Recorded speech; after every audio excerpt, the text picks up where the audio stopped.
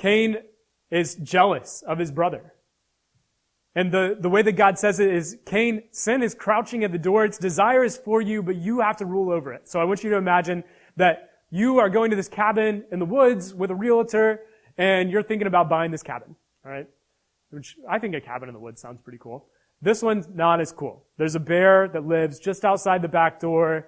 However, you decide to buy this anyway because you're like, I don't know, I just really want a cabin in the woods. This is a pretty good price. They said that the bear's not going to get in as long as I don't let it in. You're like, okay, great. So this is the exact image that Cain is given, that there is a bear just outside the back door. Don't let him in. All right?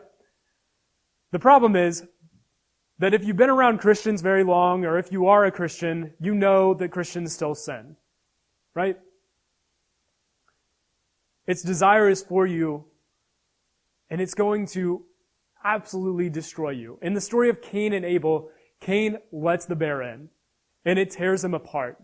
And he's killed his brother out of jealousy. He kills his brother.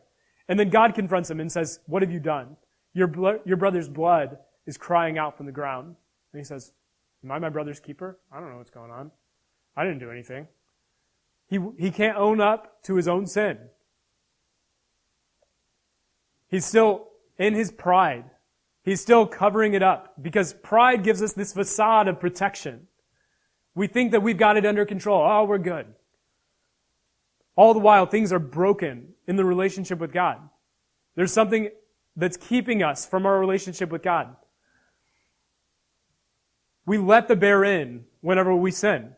And it tears us apart, and we are broken and in need of help. And rather than going to God and saying, I have sinned and I've failed, and rather than going to people in the church and saying, I have failed in this way and I need help, we put on a brave face and we say, oh, I'm just tired this week. There's nothing wrong with me.